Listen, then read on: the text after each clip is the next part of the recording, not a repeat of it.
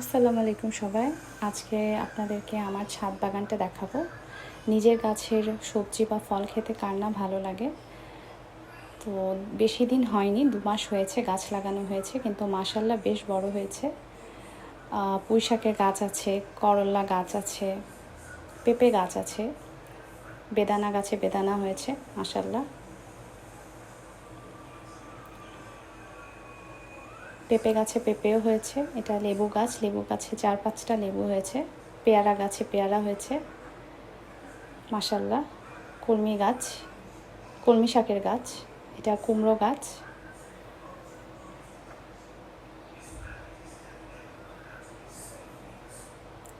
পুঁই শাকের গাছ আছে, গ্যান্ডারি গাছ, আম গাছ, করলা গাছে করলাও হয়েছে মাশাআল্লাহ।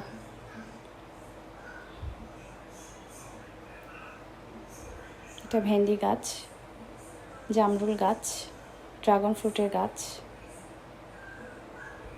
এটাও জামরুল গাছ, সফেদা গাছে সফেদা হয়েছে মাশাআল্লাহ। এটা লিচু গাছ।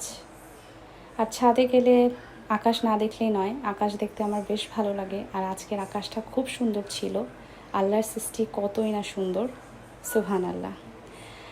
তো আজকে এই পর্যন্তই। সবাই ভালো থাকবেন, সুস্থ থাকবেন। আল্লাহ